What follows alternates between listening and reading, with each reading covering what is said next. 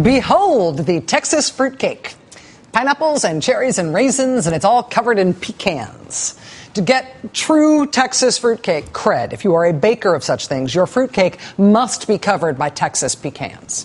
The pecan tree is Texas's official state tree, after all. The Texas fruitcake is the signature sweet thing from the famous Collins Street Bakery in Corsicana, Texas. If you want to send me a Texas fruitcake for Christmas, that's where you'd send it from. I'm just saying. The Collins Street Bakery's fruitcake is famous for a reason, but the Collins Street Bakery has been in the news this week for reasons unrelated to its gorgeous pecans. Turns out the guy in charge of the money at the Collins Street Bakery was indicted yesterday for allegedly embezzling almost $17 million. Who knew it was possible to embezzle $17 million from a bakery? According to the complaint, the alleged fruitcake embezzler spent all those millions on 43 luxury cars. He bought a second home, he bought 60 watches, and 600 fine bottles of wine. When the managers at the bakery found out, they fired him, obviously, and they called the police in Corsicana, Texas. But the police in Corsicana, Texas turned around and they called the FBI. The FBI was tasked with nabbing the alleged fruitcake embezzler because this kind of crime falls under the purview of the FBI.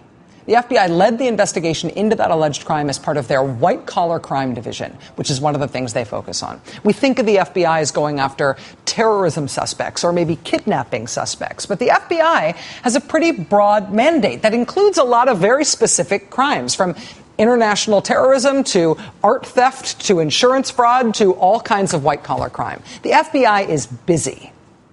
But because of the self-imposed, never-supposed-to-happen federal budget cuts known as the sequester, the FBI has decided to close. For 10 days this year, all of its offices and HQ in Washington closed. For those 10 days, quote, the Bureau will have only a skeleton crew on hand, which raises questions about how effectively it can respond to crime. According to an unnamed FBI official talking to the New York Times, those 10 days will probably fall on either side of the weekend, Fridays or Mondays. Fruitcake embezzlers take note. This is on top of a hiring freeze the FBI has already had to put in place. Oh, and also no more cars for the FBI. Because why would FBI agents need cars? They can get a bus pass, maybe a monthly. Back in July, there was news out of Bluegrass Army Depot in Richmond, Kentucky. That name might ring a bell recently, given this week's world events. Welcome to the beautiful rolling hills of Kentucky, home of the Bluegrass Army Depot. Located on 250 acres, the Bluegrass Chemical Activity safely stores a stockpile of chemical weapons made up of nerve agent, GB and VX, and mustard, a blister agent. Oh, blister agent. Because of the highly sensitive nature of the more than 500 tons of chemical weapons that are stored at the Bluegrass Army Depot in Kentucky, that site has their own specialist firefighters, which seems like a good idea. Except that a few months back, because of those budget cuts, those firefighters got scheduled for furloughs, sent home, don't come to work.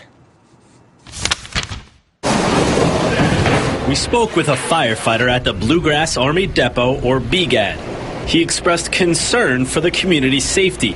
BGAD regularly detonates conventional weapons and also stores weapons of mass destruction. Ammunition or munitions might leak. Potentially they could explode. That hasn't happened. Security personnel received an exemption from the furlough. Firefighters appealed for one. Firefighters protecting our nation's chemical weapons arsenal having to beg to do their jobs. Thanks, Congress. At the last minute, the week before the firefighters' furloughs were scheduled to begin, those firefighters did get a last-minute exemption. We came within a week of canceling our firefighting abilities at the place where we store our chemical weapons, in an ammunition depot. Genius. You do not have to look far to see examples of the dumbness of the sequester. Because of the sequester, for example, there are 41 countries where we think there's a reason to investigate theft of American intellectual property. 41 countries. Because of the sequester, we're only following up on one of them. Ukraine drew the short straw, but the other 40 countries that are ripping us off, we're just letting them slide. Is that going to be good for our economy? And this is not even to mention the 50,000 American children who have been forced out of preschool. because of cuts to federally supported programs, leaving those preschool kids to have to try to raise money for preschool by decorating tiny little toddler-sized chairs, trying to sell those chairs to pay for their preschool tuition. This is a group doing this in Colorado Springs. The head of that group telling the New York Times she's trying to see this as an opportunity. She said, quote, "Otherwise, I would have to sit in the corner and cry." The situation we are in now with these dumb threats and threats of cuts, this is what we ended up with because of the last round of budget negotiations that happened in Washington. We ended up with the dumb sequester thing, in part because Republicans said they were so worried about the deficit. We had to take this drastic action, even if it was going to be in sort of nonsensical ways that were really going to hurt the country and probably hurt the economy. The deficit was so bad that we had to do something as drastic as furloughing the firefighters who protect our chemical weapons arsenals.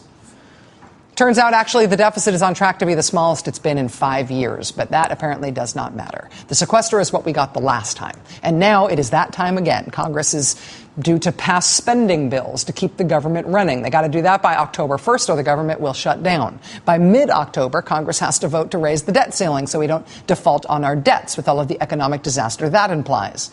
Democrats are saying they not only want to move forward with not shutting down the government and not defaulting on our debt, they say they would also like to undo the sequester that we've all been living with in ways that are making children auction off the art they can produce on their chairs so they can go to preschool. Republicans, meanwhile, held their 41st vote yesterday to defund Obamacare. And their speaker in the Republican-controlled House of Representatives has gone to the White House now asking for the Democratic Party's help and the Democratic president's help to please help him somehow sort out the problems he is having with his own caucus, with his own members of the Republican Party on these budget negotiations. He's going to the Democrats for help. Yes, this feels like Groundhog Day, but this is actually all upon us all over again. As we go through this again right now, is there any chance that any of this stuff is going to get better and get resolved? Or are we at risk of things getting even worse than they already are? Joining us now is Jonathan Capehart. He's a columnist for the Washington Post. Mr. Capehart, thank you very much for being here on a Friday night. Thank you, Rachel. So the threat of the sequester was not enough to bring Congress around to any sort of long-term budget agreement last time we were in this position. Will the reality of the sequester and how dumb it is do the trick this time? I'm not sure. I don't think so. Matt Bennett at Third Way, when the sequester was put in, called it a slow roll disaster. And as you showed in your intro, lots of communities around the country have been hit by elements of the sequester or the sequester rules. Until enough members of Congress hear from enough people in their districts about the real world impacts of sequester, nothing's going to happen with it. I mean, the other thing we have to keep in mind, Rachel, is that when we were facing sequester before it went into place, there were people in the building behind me who were saying out loud in public, maybe sequester wouldn't be a bad thing. After all, we do need to cut spending. We do need to get our financial house in order. We have to get the deficits under control.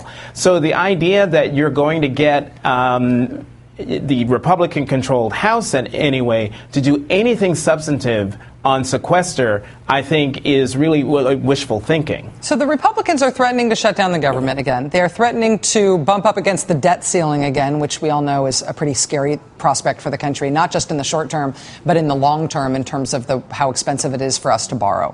The Democrats have tried to open up the menu of options to include also fixing the sequester. All of this stuff needs to be decided in very short order. It seems like Democrats getting what they want is unlikely. Republicans getting what they want is unlikely. What's the default position if things go the way they are? If nobody scores a Hail Mary, nobody wins big, what do we end up with? Well, what we end up with in the short term is a government shutdown.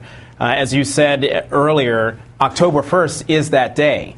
Right now, if memory serves, there are only 9 working days that Congress will be in session. Now, they could come back into session, I believe, September 19th or September 26th. But later this month, when they're supposed to be off, there have been noises made about having Congress come in and try to get some of this stuff done before October 1st. But it's going to require, I think, at this point, for Speaker Boehner, House Majority Leader Eric Cantor to show some real leadership and get their caucus in line, because if they think that they're going to strike some sort of deal to keep the government running and open by handing the president a bill that says he will delay the implementation of the Affordable Care Act or completely defund it, they're crazy.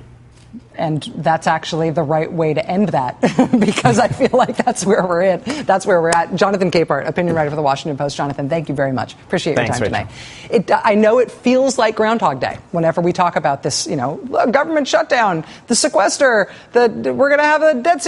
It feels like Groundhog Day. It's just because we never fixed this problem, and we have to go back and try to fix it again now.